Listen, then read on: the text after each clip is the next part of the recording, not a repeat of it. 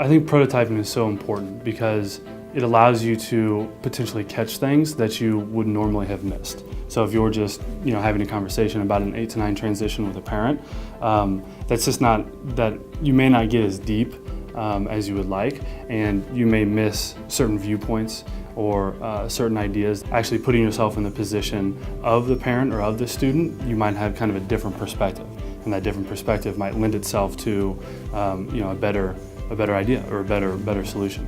When you're making the choice of how to prototype, you're going to make that choice based on the form that is going to give you the best feedback. So essentially, whatever is going to take the user through the deepest experience.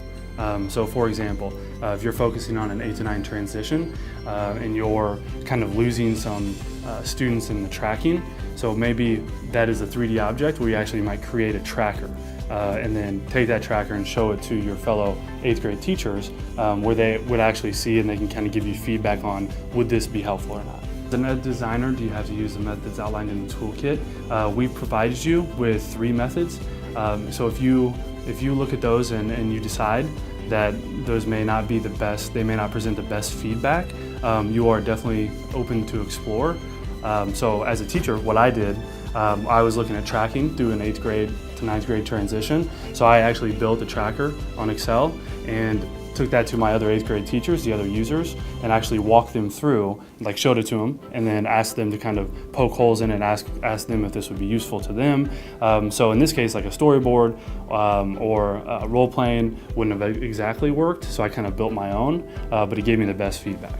I know some of you are a little worried about starting to prototype. Just remember, a prototype is a work in progress, just a physical model of your idea. So here are a couple things to keep in mind as you start prototyping this week. So we put a sample test observation table in your toolkit.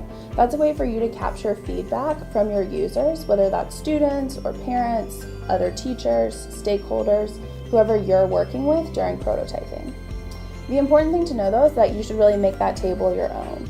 Those categories might be the right ones for how you want to capture feedback, or there may be other things that you want to change or add so that you can really understand if your prototype is working or not. The reason it's so important to gather feedback from your users, whether it's students or parents or other community stakeholders, is that they're the ones that experience the problem.